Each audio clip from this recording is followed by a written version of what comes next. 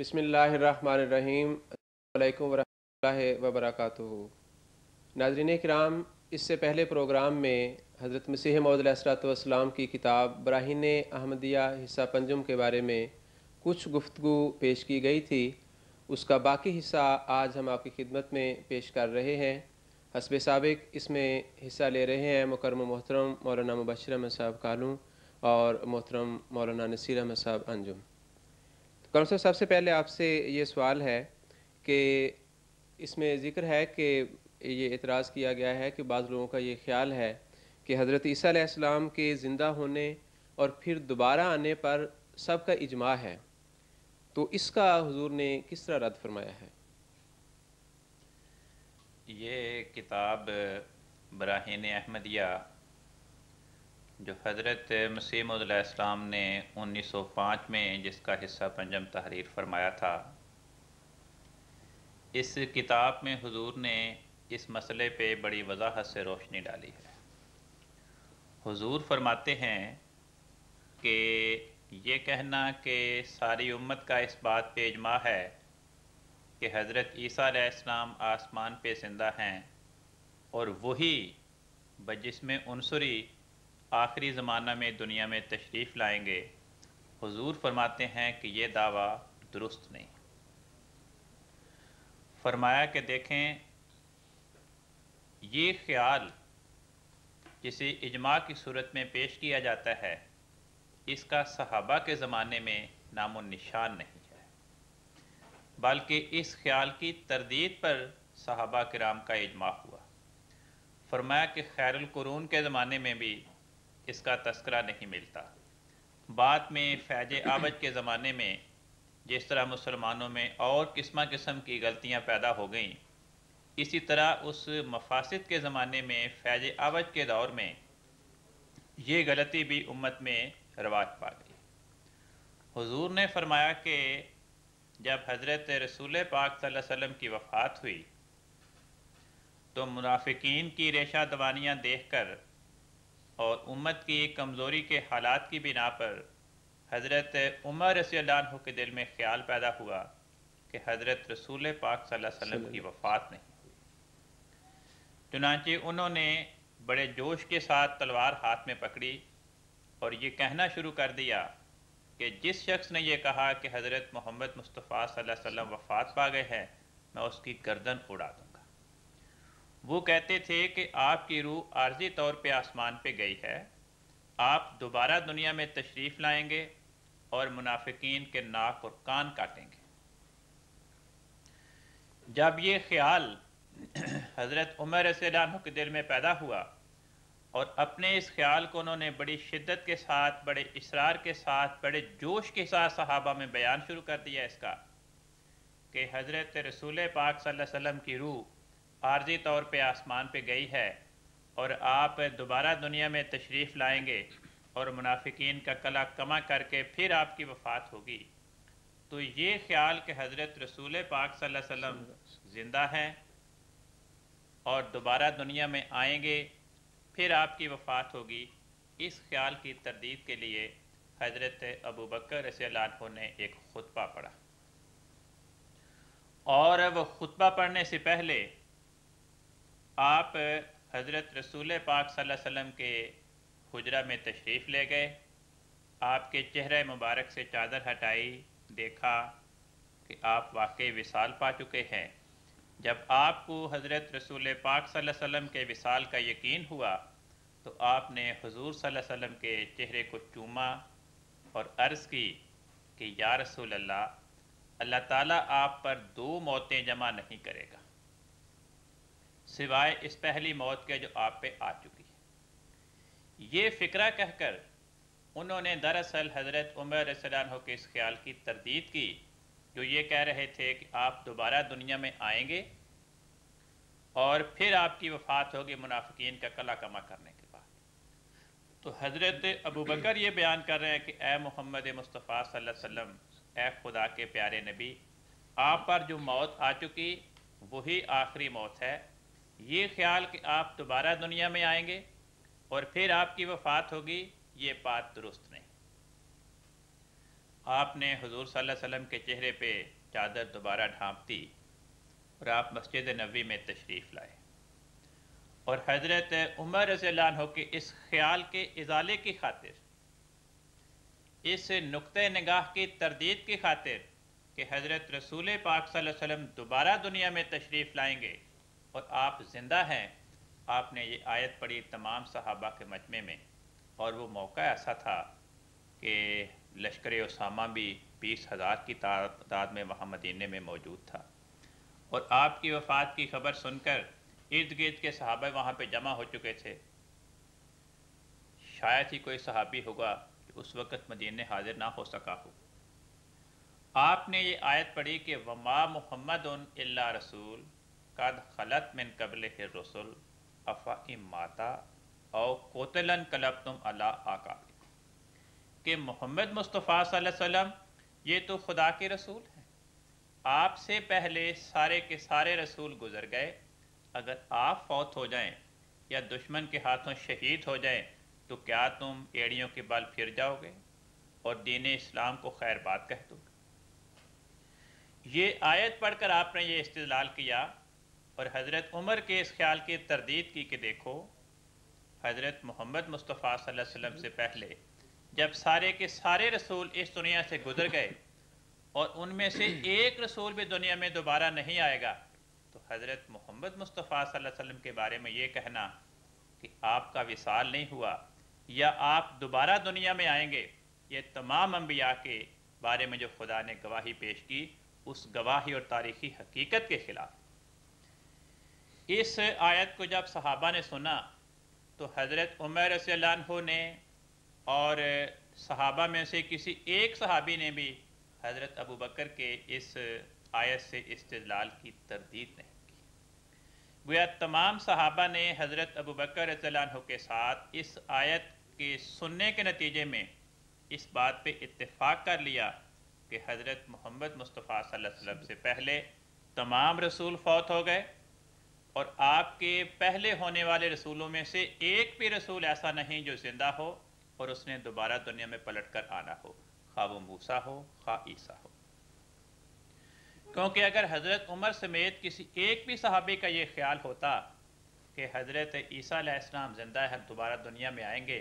تو وہ ضرور اس موقع پہ اس کو بطور اعتراض پیش کرتے کہ جناب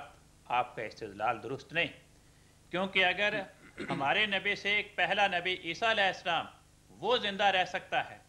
اور وہ دوبارہ دنیا میں آ سکتا ہے، تو پھر ہمارے محبوب نبی حضرت محمد مصطفیٰ صلی اللہ علیہ وسلم کا دوبارہ دنیا میں آنا وہ کیسے باطل قرار پا سکتا ہے؟ تو حضرت عمر کے اس خیال کی تردید تبھی ممکن تھی اگر یہ ثابت ہو کہ حضرت رسول پاک صلی اللہ علیہ وسلم سے پہلے ایک نبی بھی ایسا نہیں جو زندہ ہو اور اس نے دوبارہ دنیا میں آنا، کیونکہ اگر ایک نبی کا بھی دنیا میں دوبارہ آنا ثابت ہو جائے تو پھر حضرت محمد مصطفیٰ صلی اللہ علیہ وسلم کا دوبارہ آنا بھی اس کا امکان بھی ثابت ہو جائے گا،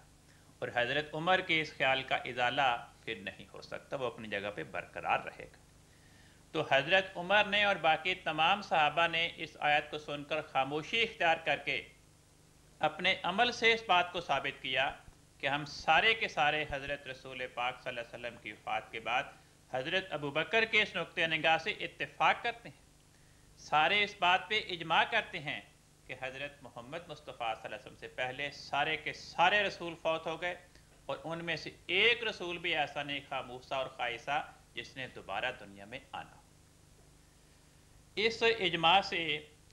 یہ بات بھی حل ہو گئی کہ صاحب خلات کے کیا معنی ہیں، کیونکہ اگر وہ یہ سمجھتے کہ خلات کے معنی یہ بھی ہیں کہ کوئی آسمان پہ چلا جائے تو کوئی تو کہتا، لیکن کسی نے اس بات کا تذکرہ نہیں کیا۔ پھر حضور فرماتے ہیں کہ دیکھیں جو بعد میں آنے والے ہیں صحابہ کے دور کے بعد، ٹھیک ہے ان میں سے بعض یہ کہتے ہیں کہ عیسیٰ علیہ السلام آسمان پہ زندہ ہیں اور وہی دنیا پہ آئیں گے، لیکن سارے تو اس خیال سے اتفاق نہیں کرتے۔ حضرت امام مالک کے بارے میں لکھا ہے کہ صاحب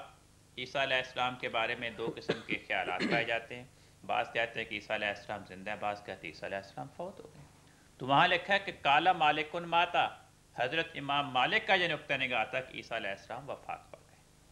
پھر ابن عربی رحمۃ اللہ علیہ اسپین کے صوفی، انہوں نے بھی اپنی کتاب میں لکھا کہ عیسیٰ علیہ السلام جب دنیا میں آئیں گے تو پہلے جسم کے ساتھ نہیں بلکہ ایک اور بدن کے ساتھ متعلق ہو کر آئیں گے، کہ بروزی طور پہ مسیح کے طور پہ ان کا آنا مقدر ہے۔ تو یہ مثالیں دے کے حضور فرماتے ہیں کہ دیکھو یہ کہنا کہ اس بات پہ ساری امت کا اجماع ہے،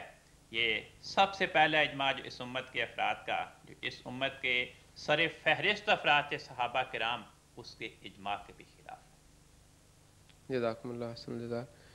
قاری صاحب ایسا ہی ایک اور آیت تقریباً حضرت عیسیٰ علیہ السلام کے بارے میں ہی کچھ وہ باتیں ہیں، وما قتلوہ وما صلبوہ، اس کے بارے میں حضرت مسیح موعود علیہ السلام نے جو تفسیر فرمائی ہے اس کا کچھ خلاصہ جو ہے وہ بیان کرتے ہیں۔ وہ دراصل اس آیت کے بارے میں مولوی سید محمد عبد الواحد صاحب برامن بڑیا والے علاقہ بنگال کے باشندے، انہوں نے سوالات کیے تھے۔ ان کا سوال حضور نے 2 سوال اس آیت کے بارے میں درج فرما کے اس آیت کی تفسیر فرمائی ہے، اور اللہ تعالیٰ نے فضل کیا، حضرت مولوی سید محمد عبد الواحد صاحب ان جوابات سے مطمئن ہوئے اور ان کو خدا تعالیٰ نے قبول احمدیت کی سعادت نصیب کی۔ حضور فرماتے ہیں کہ آیت ان الفاظ سے شروع ہوتی ہے وَقَوْلِهِمْ إِنَّا قَتَلْنَا الْمَسِيحَ، کہ یہودی یہ کہتے ہیں کہ ہم نے مسیح کو قتل کر دیا۔ تو یہ آیت جن الفاظ سے شروع ہو رہی ہے یہ بتا رہی ہے کہ حضرت رسول پاک صلی اللہ علیہ وسلم کے زمانے میں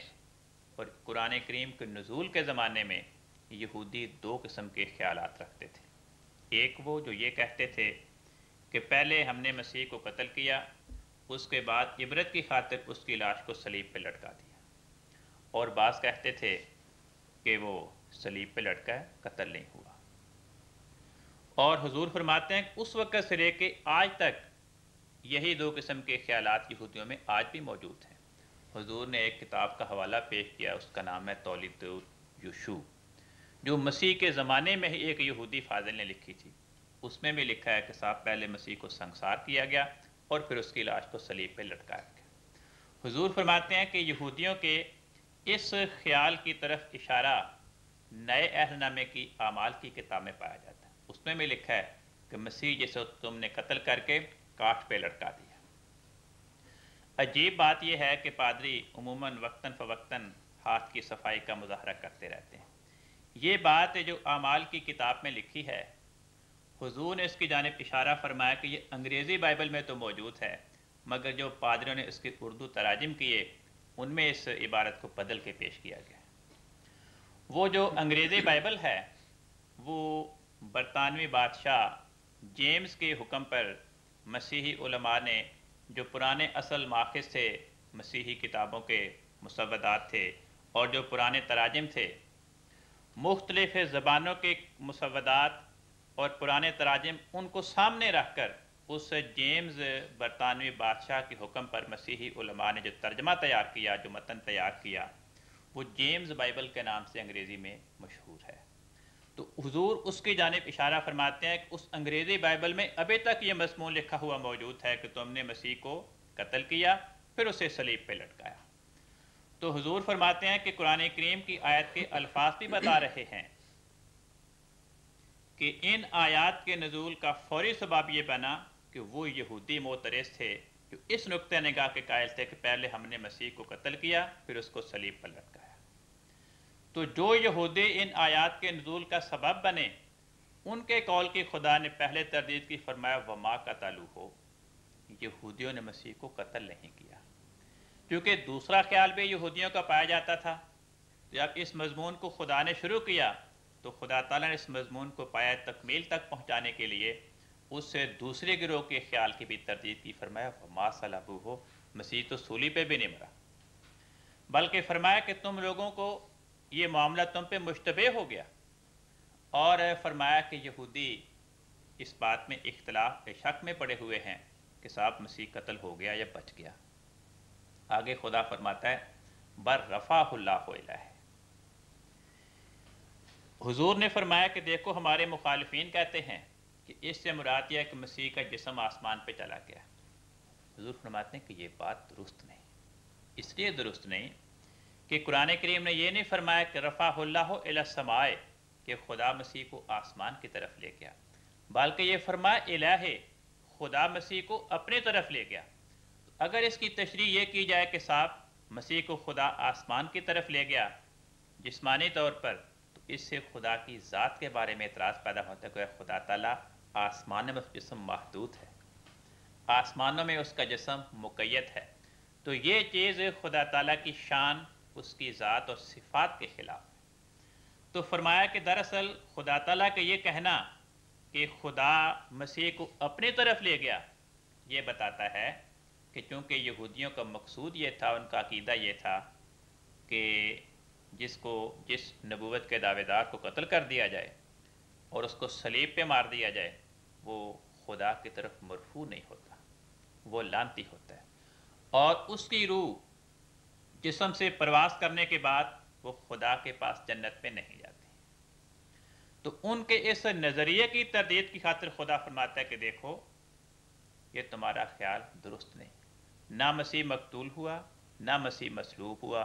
اس لیے وہ ملعون نہیں ہوا. یہ کہنا ہے کہ اس کا خدا کی جانب رفع نہیں ہوا، اس کی تو بنیاد ہی ختم ہوگی. بلکہ خدا فرماتا ہے خدا نے مسیح کو اپنی طرف اٹھا لیا. تو حضور فرماتے ہیں کہ قرآن کریم اور احادیث سے یہ پتہ چلتا ہے کہ خدا کی طرف انسان کے جسم کا نہیں بلکہ انسان کی روح کا رفع ہوتا ہے. اور فرمایا کہ یہ وہ بات ہے،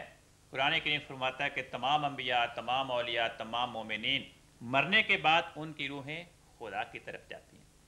تو اسی مضمون کو یہاں بیان کیا کہ اس طرح باقی انبیاء، اولیاء اور مومنین کی روحیں وفات کے بعد خدا کی طرف گئیں، ان کی روحوں کا رفع ہوا، اسی طرح مسیح علیہ السلام کا بھی وفات کے بعد خدا کی طرف رفع ہوا. چنانچہ حضور فرماتے ہیں قرآن کریم اس بات کی طرف اشارہ کرتا ہے. قرآن کریم یہ کہتا ہے کہ جب بھی کوئی نیک روح فوت ہونے لگتی ہے تو خدا کے فرشتے اس کی روح قبض کرتے ہوئے اس کو یہ کہتے ہیں یا ایتھا النفس المطمئنہ ترجعی الی ربک، اے اطمینان یافتہ روح جو خدا کے ذکر میں مست رہتی ہے، خدا کی طرف آ جا. راضیۃ مرضیہ، تو خدا سے راضی، خدا تو اس سے راضی. فرمایا فادخلی فی عبادی، میرے بندوں میں داخل ہو جا. کہاں؟ فرمایا وادخلی جنتی، میری جنت میں داخل ہو جا. تو یہ مضمون جو خدا نے تمام نیکوں اور مومنین کے بارے میں بیان فرمایا، وہی مضمون یہودیوں کے خیال کی تردید میں کہ مسیح کا رفع نہیں ہوا، اس کی تردید میں خدا مسیح کے بارے میں قرآن کریم نے بیان فرمایا. تو حضور فرماتے ہیں کہ دیکھیں ہمارے مخالفین یہ کہتے ہیں کہ مسیح کا رفع مسیح کی موت سے پہلے ہوا، زندگی میں ہوا، لیکن قرآن کریم یہ کہتا ہے کہ مسیح کا رفع مسیح کی موت کے بعد ہوا. جس طرح تمام انبیاء، تمام اولیاء، تمام ابرار اور تمام مومنین کا رفع موت کے بعد ہوتا ہے اور وہ روح کا ہوتا ہے. فرمایا دیکھیں اس آیت کو سمجھنے کے لیے قرآن کریم ہمیں ایک چابی مہیا کرتا ہے. فرمایا یا عیسیٰ انی متوفیکا و رافعک الیہ، کہ ایسا میں تجھے موت دوں گا اور تجھے اپنی طرف اٹھاؤں گا. تو حضور فرماتے ہیں کہ خدا تعالیٰ کا یہ وعدہ بتاتا ہے کہ مسیح کا رفع اللہ مسیح کی موت کے بعد ہوگا، مسیح کی موت سے پہلے نہیں ہوگا. فرمایا کہ دیکھیں مخالفین یہ کہتے ہیں کہ جی ٹھیک ہے خدا نے کہا تو یوں ہی ہے، لیکن آیت میں ترتیب نہیں، پہلے رفع کا وعدہ پورا ہوگا، موت کا بعد میں ہوگا. حضور نے فرمایا پہلی بات تو یہ خدا کے کلام کی شان کے خلاف ہے کہ جس ترتیب سے خدا نے بات کی اس کو تو ہم نظر انداز کر دیں اور اپنی طرف سے بغیر کسی دلیل کے، بغیر خدا کی رہنمائی کے، بغیر کسی حدیث کی نشاندہی کے ہم از خود یہ تجویز پیش کریں کہ صاحب اس کو بعد میں پورا کریں گے، اس کو پہلے کریں گے. فرمایا آیت کے الفاظ پہ غور کریں کہ آیت میں 4 وعدے بیان کیے گئے. فرمایا میں تجھے موت دوں گا، تجھے اپنی طرف اٹھاؤں گا، تجھے کفار کے الزامات سے پاک کروں گا اور تیرے پیروکاروں کو قیامت تک تیرے منکرین پہ غلبہ اور فوقیت دوں. حضور نے فرمایا کہ دیکھ جو تیسرا وعدہ ہے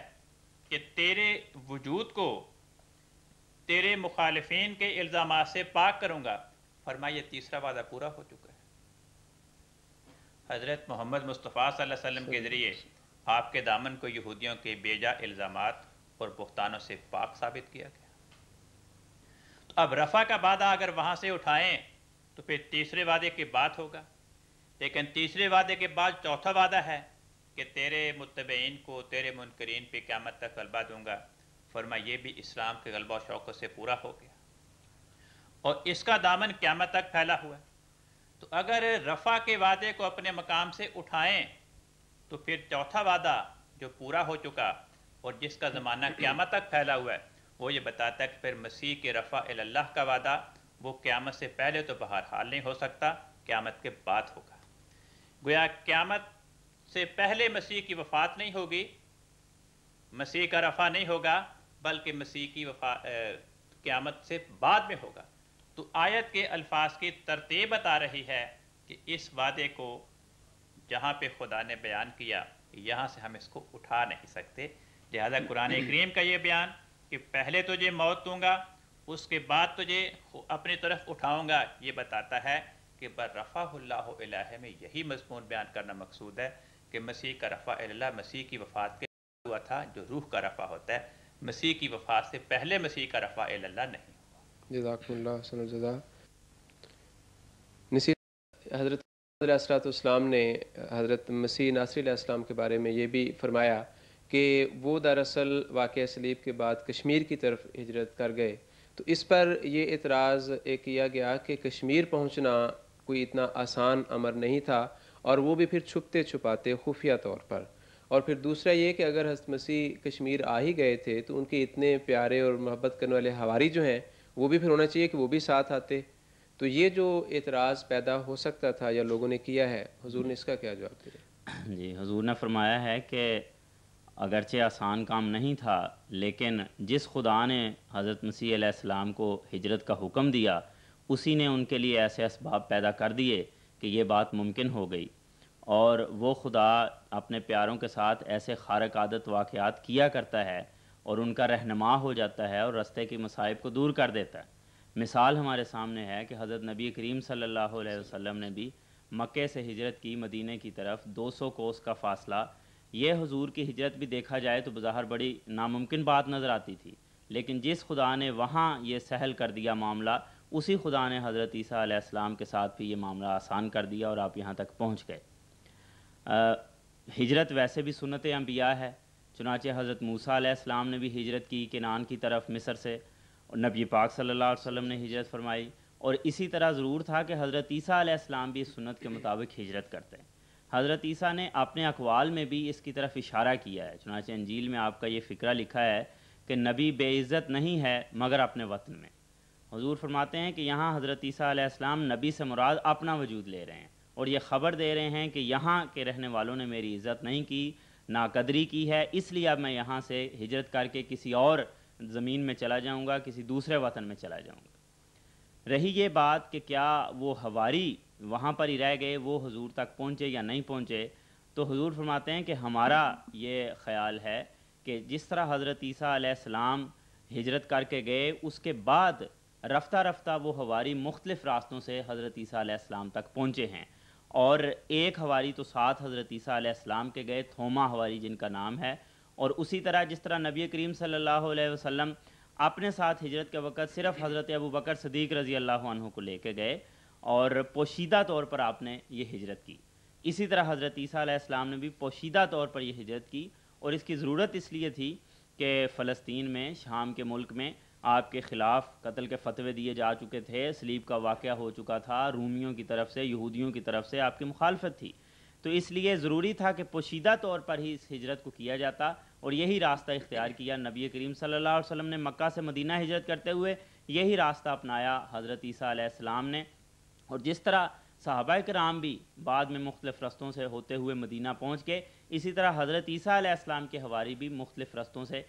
وہاں پر پہنچے۔ چنانچہ تھوما حواری کا ذکر ہوا، مدراس میں ہر سال اس کی یادگار منائی جاتی ہے، اور اس کے متعلق یہ کہ وہ یہاں پر مدفون ہے۔ حضرت عیسیٰ علیہ السلام کے بعد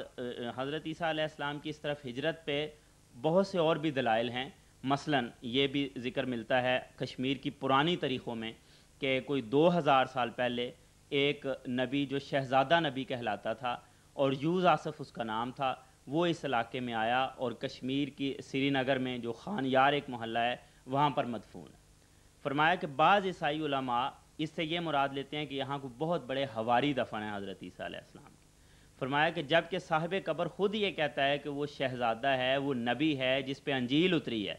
تو ایسا کون آدمی ہے؟ اگر یہ حضرت عیسیٰ نہیں ہیں تو پھر بار ثبوت ان کی گردن پر ہے کہ وہ یوس آصف کون ہے جو اس کے علاوہ ایسا شخص ہو جو حضرت عیسیٰ کے زمانے میں ہو، جس پہ انجیل بھی اتری ہو اور وہ شہزادہ اور نبی کہلاتا ہو. سوائے حضرت عیسیٰ علیہ السلام کے اور کوئی مراد نہیں ہو سکتی. رہی یہ بات کہ یوز آصف، تو یہ حضور فرماتے ہیں کہ یسوع اور آصف کی بگڑی ہوئی شکل ہے. آصف عبرانی زبان کا لفظ ہے جس کا معنی ہے اکٹھا کرنے والا. تو حضرت عیسیٰ علیہ السلام چونکہ اپنی قوم کو اکٹھا کرنے کے لیے، ان کو ایک ہاتھ پہ ہدایت پہ جمع کرنے کے لیے یہاں پر تشریف لائے تھے، اور یسوع آپ کا نام تھا، تو وہ نام بگڑ کر اس علاقے کی قوم اور زبان کے مطابق یوز آصف بن گیا. تو یہ دراصل حضرت عیسیٰ علیہ السلام ہی تھے جن کا ذکر کشمیر کی پرانی تاریخوں میں ملتا ہے.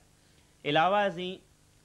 یہاں کشمیر کے علاقوں میں بہت سے علاقوں کے نام عبرانی نام ہیں، اور انبیاء بنی اسرائیل کے نام پر ان علاقوں کے نام ہیں. مثلا سلیمان کا پہاڑ اور بہت سے علاقے ہیں. حضور فرماتے ہیں ہم نے اپنی کتابوں میں یہ فہرستیں چھاپ دی ہوئی ہیں جن سے یہ پتہ چلتا ہے کہ یہ وہی لوگ جو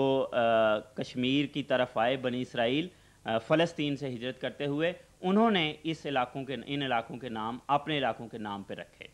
لفظ کشمیر بھی اسی طرف اشارہ کرتا ہے. فرمایا کہ کشمیر کا لفظ دراصل کا اشیر ہے، اور شام کی مانند اس کا مطلب ہے. وہ شام سے آئے تھے اور جب انہوں نے دیکھا کہ ویسی آب و ہوا ہے، ویسے ہی ٹھنڈا ملک ہے، تو اس کا نام کا اشیر انہوں نے رکھا، اور الف اٹھ گیا اور کشیر اس کا نام رہ گیا. لیکن بعد میں جو دوسرے علاقوں سے آنے والے لوگ تھے جو کشمیر کے باسی نہیں تھے، انہوں نے اس کو کشمیر کہنا شروع کر دیا، لیکن اصل کشمیر کے باشندے ابھی تک اس کو کشیر کر کے ہی بولتے ہیں، جو صاف دلالت کر رہا ہے کہ یہ دراصل شام کی مانند ایک ملک، شام سے آنے والوں نے اس کا نام رکھا. اس کے علاوہ حضور فرماتے ہیں کہ بدھ مت جو یہاں مذہب رہا ہے اس زمانے میں، اس کی کتابوں میں بھی ایک ایسے ہی نبی اور حضرت عیسیٰ علیہ السلام کے آنے کا ذکر ملتا ہے. قرآن مجید میں بھی یہ ذکر موجود ہے. چنانچہ اللہ تعالیٰ فرماتا ہے وَآوَيْنَهُمَا إِلَىٰ رَبْوَةٍ ذَاتِ قَرَارٍ وَمَعِينٍ، کہ ہم نے حضرت عیسیٰ علیہ السلام اور ان کی والدہ کو ایک ایسی جگہ کی طرف پناہ دی جو چشموں والی تھی اور بڑی آرام اور سہولت والی جگہ تھی. حضور فرماتے ہیں کہ آوا کا لفظ عربی زبان میں مصیبت سے کسی پناہ کی طرف جانے کے لیے استعمال ہوتا ہے. تو حضرت عیسیٰ اور ان کی والدہ پر یہی مصیبت سب سے بڑی وارد ہوئی جو واقعہ صلیب ہوا. تو اس کے بعد آپ اس جگہ پر گئے جو چشموں والی تھی اور نہایت آرام دہ جگہ تھی جو کشمیر بنتی ہے. تو یہ دلائل ہیں جن سے ثابت ہوتا ہے کہ حضرت عیسیٰ علیہ السلام واقعہ صلیب کے بعد کشمیر پہنچے ہیں، اور خدا تعالیٰ جو مسبب الاسباب ہے اس نے ان کا یہ سفر ان کے لیے ممکن بنا دیا، اور رفتہ رفتہ ان کے حواری بھی ان کے پیچھے وہاں پر پہنچ گئے. جزاکم اللہ خیر جزا. نصیر صاحب، حضرت عیسیٰ علیہ السلام کی بات کے بارے میں قرآن مجید کی آیت جو ہم پیش کرتے ہیں کہ جس میں حضرت عیسیٰ علیہ السلام یہ کہتے ہیں کہ اللہ تعالیٰ کو کہ جب تک میں ان میں موجود رہا تب تک میں نگران تھا ان پر، ان کے عقائد اسی طرح تھے، لیکن جب وفات دے دی تو تب مجھے ان کا کوئی علم نہیں. تو بعض لوگ یہ اعتراض کرتے ہیں کہ اگر حضرت عیسیٰ علیہ السلام نے کشمیر کی طرف ہجرت کی تھی اور 87 سال تک وہاں رہے ہیں، تو کہنا تو یوں چاہیے تھا اللہ تعالیٰ کو کہ میرے کشمیر کے سفر کے بعد وہ بگڑے ہیں. تو یہ جو شبہ ایک پیدا ہو سکتا ہے، اس کا حضور نے کیا جواب دیا ہے؟ جی، حضور نے فرمایا ہے کہ قرآن مجید میں یہ حضرت عیسیٰ علیہ السلام کا قول درج ہے وَكُنْتُ عَلَيْهِمْ شَهِيدًا مَا دُمْتُ فِيهِمْ فَلَمَّا تَوَفَّيْتَنِي كُنْتَ أَنْتَ رَقِيبَ عَلَيْهِمْ، کہ جب تک میں ان میں موجود رہا میں ان کی نگرانی کرتا رہا. کشمیر میں آنا اس بات کے متضاد نہیں ہے کہ حضرت عیسیٰ علیہ السلام کی نگرانی ان میں کس وقت رہی. حضور فرماتے ہیں کہ جب تک حضرت عیسیٰ علیہ السلام فلسطین میں اپنی قوم میں موجود رہے ان کی نگرانی کرتے رہے. اس کے بعد جب کشمیر آ گئے اپنی قوم کے پاس، ان کی نگرانی وہاں پر کرتے رہے. کیونکہ حضور نے یہ نہیں فرمایا، حضرت عیسیٰ یہ نہیں فرما رہے کہ جب تک میں ان کی زمین میں موجود رہا، فلسطین میں موجود رہا، بلکہ یہ فرما رہے ہیں ما دمت فیہم، جب تک میں اس اپنی امت میں جن کو میں نے عیسائی بنا لیا تھا، جن کو میں نے ایماندار بنا لیا تھا، ان کے اندر موجود رہا، میں ان کی تربیت کرتا رہا، وہ میرے زیر نگین رہے اور ان کے عقائد نہیں بگڑے. تو حضرت عیسیٰ علیہ السلام جب تک فلسطین میں رہے ان کی امت وہاں پر نہیں بگڑی. جب وہ کشمیر آ گئے تو ان کی امت اس وقت نہیں بگڑی، ان کے حالات ان کے مطابق رہے، حضرت عیسیٰ علیہ السلام کے مطابق ان کے عقائد موجود رہے. مورخ یہ تسلیم کرتے ہیں کہ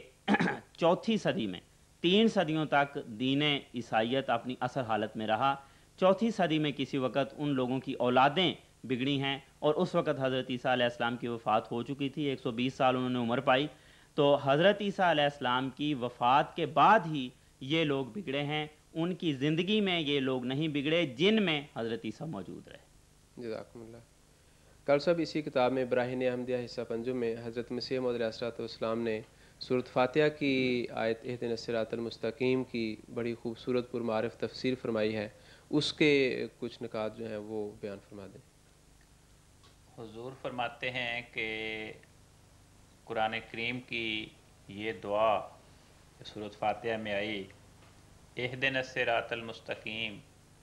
صراط الذین انعمت علیہم، یہ تمام مسلمانوں کو سکھائی گئی اور حکم دیا گیا کہ تمام مومنین اس دعا کو کثرت کے ساتھ دلی شوق کے ساتھ پڑھتے رہیں. اب اس میں مانگا کیا گیا خدا سے؟ فرمایا کہ تم خدا سے یہ مانگو، اہدنا الصراط المستقیم، اے اللہ ہمیں سیدھے راستے پہ چلاتا چلا جا. صراط الذین انعمت علیہم، جن پہ تو نے انعام کیا تھا، یعنی انبیاء اور مرسلین، ان کے راستے پہ چلاتا چلا جا. اب جب کوئی انسان اس دعا کی قبولیت کے نتیجے میں انبیاء کے راستے پہ، انعام یافتہ افراد کے راستے پہ چلتا چلا جائے گا تو لازمی بات ہے کہ وہ بھی انبیاء کی نعمت کا وارث قرار پائے گا. اب قرآن کریم کو دیکھنے سے پتہ چلتا ہے کہ انبیاء کو جو سب سے بڑا انعام دیا گیا وہ خدا کا مکالمہ اور مخاطبہ تھا، کیونکہ ظاہر ہے کہ انبیاء کو جو نعمت دی گئی، جس کے حصول کی امت کو دعا سکھائی گئی، وہ درہم و دینار تو نہیں ہو سکتے. تو گویا اس آیت نے امت کے افراد کے لیے خدا تعالیٰ کے مکالمات اور مخاطبات کے حصول کی بشارت دی. حضور فرماتے ہیں کہ بعض لوگ یہ کہتے ہیں کہ اہدنا الصراط المستقیم کی دعا میں انبیاء کے انعامات اور مکالمات اور مخاطبات کے حصول کی دعا نہیں، بلکہ اس کا مطلب یہ ہے کہ اے خدا ہمارا ایمان قوی کر، ہمیں اعمال صالحہ کی توفیق دے جس سے تو راضی ہو. حضور نے فرمایا کہ یہ بڑا سیدھا سا فکرہ ہے، بڑی سادہ سی بات ہے، لیکن اس کی تہ میں لوگ غور نہیں کرتے کہ ایمان قوی دل میں پیدا ہونا اور اعمال صالحہ کی توفیق ملنا یہ تو معرفت پہ موقوف ہے. خدا تعالیٰ کی معرفت کے بغیر نہ کسی کا ایمان قوی ہو سکتا ہے، نہ اسے اعمال صالحہ کی توفیق مل سکتی ہے، کیونکہ بغیر معرفت کے نہ کسی چیز کا خوف دل میں پیدا ہوتا ہے، نہ اس کی محبت دل میں جاگزیں ہوتی ہے. حضور نے فرمایا کہ دیکھو، اندھیرے میں اگر ایک شیر ببر کھڑا ہو لیکن کوئی انسان اسے بکرا سمجھ لے تو ہرگز اس کے دل میں رتی برابر خوف نہیں آئے گا.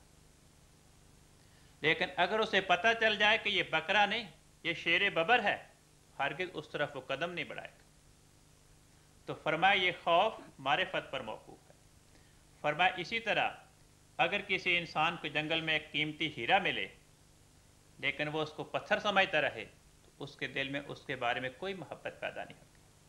لیکن اگر اسے یہ معرفت نصیب ہو جائے کہ جس کو میں پتھر سمجھے پتھر نہیں، یہ ایک بیش بہا ہیرا ہے، تو اس معرفت کے نتیجے میں اس کے دل میں اس ہیرے کی محبت پیدا ہوگی، اس ہیرے کے حصول کی تمنا اس کے دل میں مچلے گی. تو فرمایا کہ یہ واقعات بتاتے ہیں